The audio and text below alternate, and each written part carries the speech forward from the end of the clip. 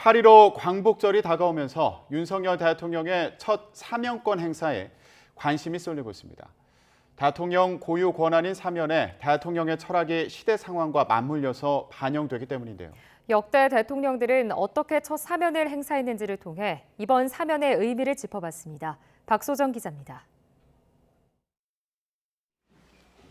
김영삼 전 대통령은 취임 직후 문익환 목사를 비롯해 민생사범 4만여 명을 사면했고, 김대중 전 대통령은 취임 17일 만에 IMF 사태 극복과 국민 대화합을 내걸고 552만 명을 대거 사면했습니다. 노무현 전 대통령은 석가탄신일에 첫 사면을 발표했는데 공안 노동사범 1,400여 명이었습니다. 광복절에 이루어진 이명박 전 대통령의 대규모 특사에는 당시 정봉구 현대차 회장과 김승현 한화 회장, 최태원 SK 회장 등 대기업 총수와 한광옥 전 대통령 비서실장, 방상훈 전 조선일보 사장 등 정치 언론계 인사들이 포함됐습니다.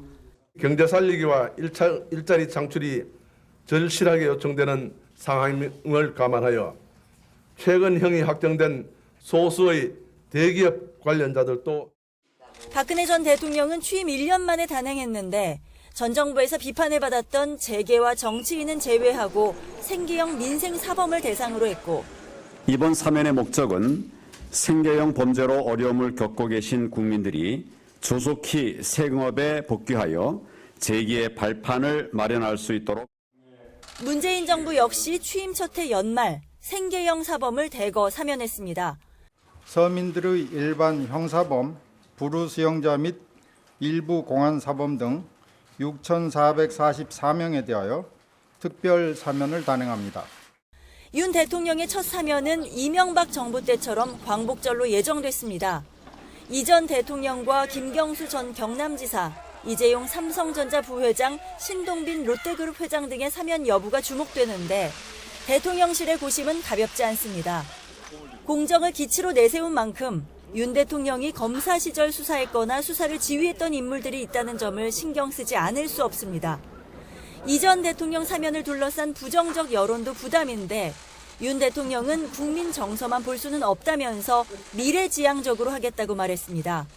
너무 또 정서만 보면은 현재 치중하는 판단이 될 수가 있고, 우리는 또 미래지향적으로 가면서도 현재 국민들의 정서까지 신중하게 감안할 생각입니다. 광복절은 또 윤 대통령의 취임 100일 즈음이기도 해서 더욱 상징성이 큽니다. 대통령의 철학과 국정 방향이 드러나게 될 첫 사면이 민심으로부터 어떤 평가를 받을지에 시선이 쏠릴 수밖에 없는 이유입니다. YTN 박소정입니다.